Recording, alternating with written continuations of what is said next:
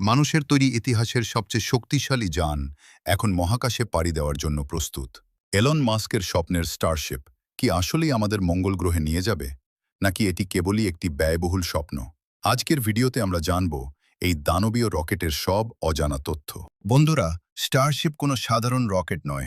উচ্চতায় এটি প্রায় 400 ফুটেরও বেশি, যা স্ট্যাচু অফ লিবার্টির চেয়ে উঁচু। এর সবচেয়ে বড় বিশেষত্ব হল এর র্যাপ্টর ইঞ্জিন। 33টি ইঞ্জিন একসাথে যখন জ্বলে ওঠে, তখন এটি কয়েক সেকেন্ডে আকাশ কাঁপিয়ে মহাকাশে পৌঁছে যায়। আর সবচেয়ে মজার ব্যাপার কি জানেন? এই রকেটটি বারবার ব্যবহার করা যাবে, যা মহাকাশ গবেষণার খরচ কমিয়ে দেবে কয়েক গুণ। 2026 সাল মহাকাশ বিজ্ঞানের জন্য খুবই গুরুত্বপূর্ণ। মে মাসের মাঝামাঝি সময়ে স্টারশিপের পরবর্তী বড় পরীক্ষা বা ফ্লাইট 12 হওয়ার কথা রয়েছে। এবারের পরীক্ষায় ব্যবহার করা হবে লেটেস্ট V3 ভার্সন।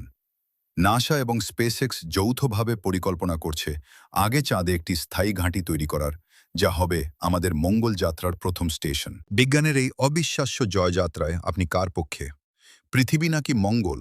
কমেন্টে আপনার মতামত জানান। আর মহাকাশের এমন সব রোমাঞ্চকর আপডেট পেতে আমাদের অজানা মহাজগৎ চ্যানেলটি এখনই সাবস্ক্রাইব করে রাখুন।